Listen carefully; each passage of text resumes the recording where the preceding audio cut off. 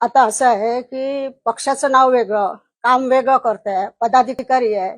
तुम्हाला शोभतं का असं बोलणं? निवडणूक होऊन विधानसभेची 1 वर्ष झालेले आहे. आता दुसऱ्या वर्षात पदार्पण 5 वर्ष या ठिकाणी मी आमदार म्हणून काम करत आहे.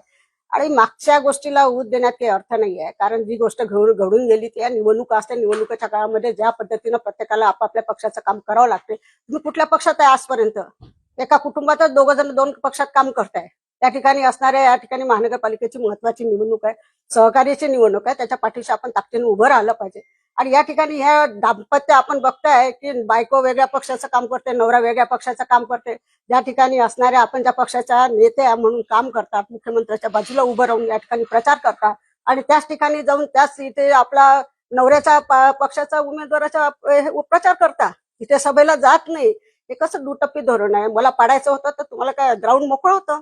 कोणाला कुठे काही सांगितलं नव्हतं इथे जाऊ नका तिथे जाऊ नका. मी सन्माननीय अजितदादांच्यावर विश्वास असणारा राष्ट्रवादी काँग्रेस पक्षाचा पक्ष आहे. त्याच्यावर माझा सन्माननीय अजितदादांवर विश्वास आहे. 2009 मध्ये 2004 मध्ये सन्माननीय अजितदादांनी मला या ठिकाणी दिली होती, मी निवडून आली होती. 2019 मध्ये सन्माननीय अजितदादांनीच मला काँग्रेसमध्ये जायला लावलं होतं, काँग्रेस पक्षाच्या ह्याच्याने. आणि 2024 मध्ये सुद्धा सन्माननीय अजितदादांनी मला तिकीट दिली आणि मी निवडून आली.